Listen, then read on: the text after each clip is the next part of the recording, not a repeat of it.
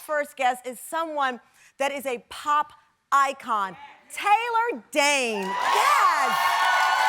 Taylor Dayne catapulted to stardom in the 1980s with hit songs like Love Will Lead You Back and Tell It to My Heart.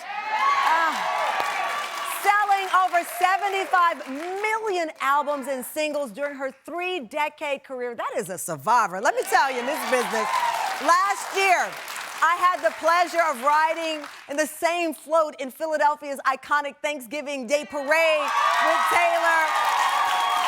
And I watched her on that cold Philadelphia day just wave at all of her fans and give them love. And listen, she needs our love because today, in a daytime exclusive, the Grammy-nominated star is speaking her heart, opening up about her life-threatening battle against colon cancer.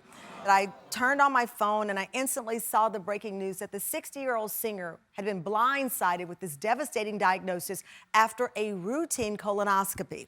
Now, as she prepares, I said she was a survivor, y'all. She's preparing to hit that road again on her All Love tour. And you might be wondering, how is it possible she can be on tour? Taylor is cancer-free. And she says it's her mission to empower others to take control of their health. Please stand up, Tam Fam, and welcome 3-time Grammy-nominated artist Taylor Dayne! Oh!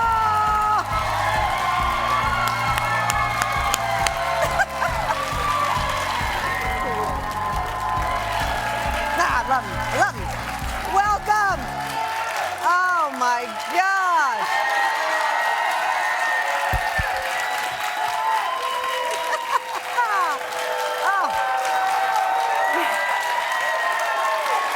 Love leads you back. It never left. We never left. How are you feeling? I feel so grateful. Yeah. So filled with vulnerability, humility, and loving every minute of being a human being and back. It's only been 5 months. Oh, I think less than that, my less love. than 5 months since the diagnosis. I was diagnosed July 20th, I got the call. Got the call. As I understand, you were always aware of colonoscopies and you had received routine, was it twice a year routine? I happened to go twice a year Why was because when you turn 50, that's the story.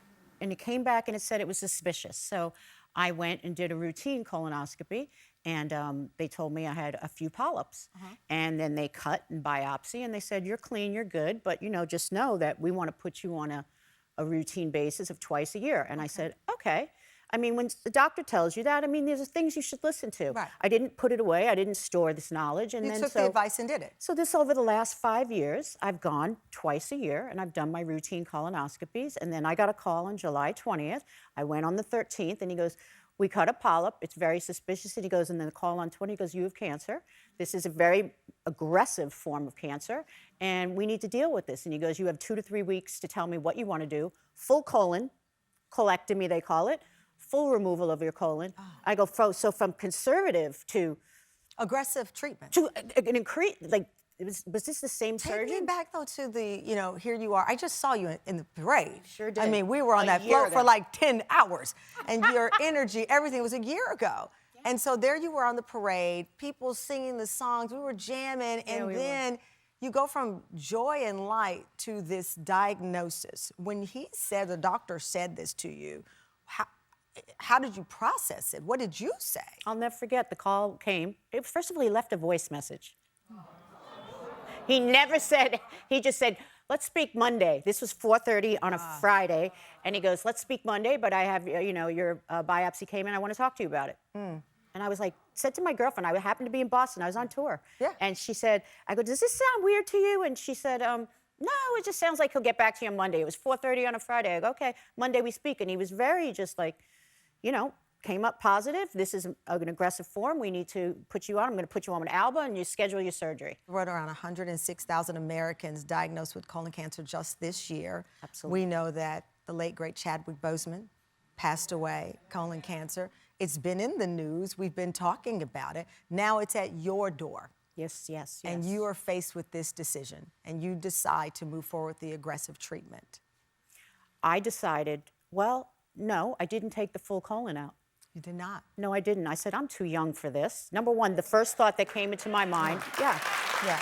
So you didn't do the full, you removed 10 inches. Was that? He said, I'm going to be, well, he kind of left me with this option. And so for 2 weeks, he said, you have a 2 to 3 week window.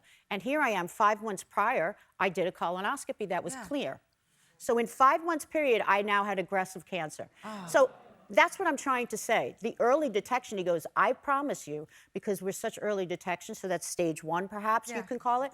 He goes, I promise you I can cut an 8 to 10 inch area and we will get it all. You will not be on bag, you will not be, this is what we're gonna do. That is incredible because I mean, when it you is. do, research shows that this is a type of cancer that early detection is the key. So early detection, you have this surgery and then, I mean, I had to read my notes 50 times. You were in the hospital with 20 days. The first time. Because you had to go back, you got an infection, you had to stay there.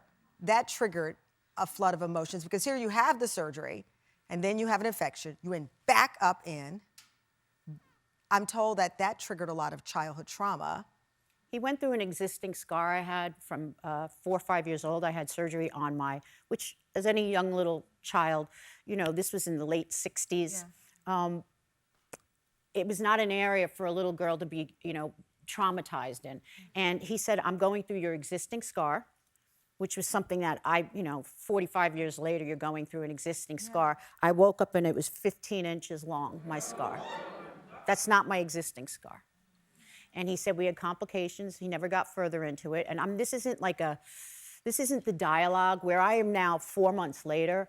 I did develop once you go into the abdomen like that, you have some sort of complication of bleeding, internal bleeding around. It came around my spleen and my lungs. What do I rely on the most is my breath.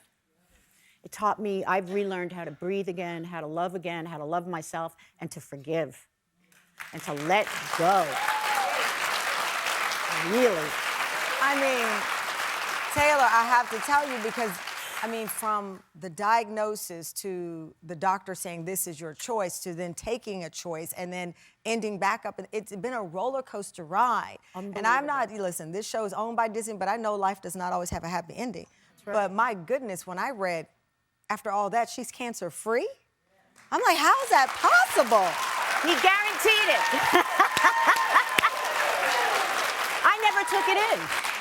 Listen, when you hear the word cancer, I think all of us, you know, but I look at my mother, I look at my father, I look at our history. You get intelligent real quick. You become your warrior. Yeah. I made a million calls and I reached out to the people within Boston and Miami, as well as in New York. I reached out, got second opinions super quick within a 2 to 3 week window. That's what you have to do. You have to be your own soldier, your own warrior. And this saved my life. This saved my life.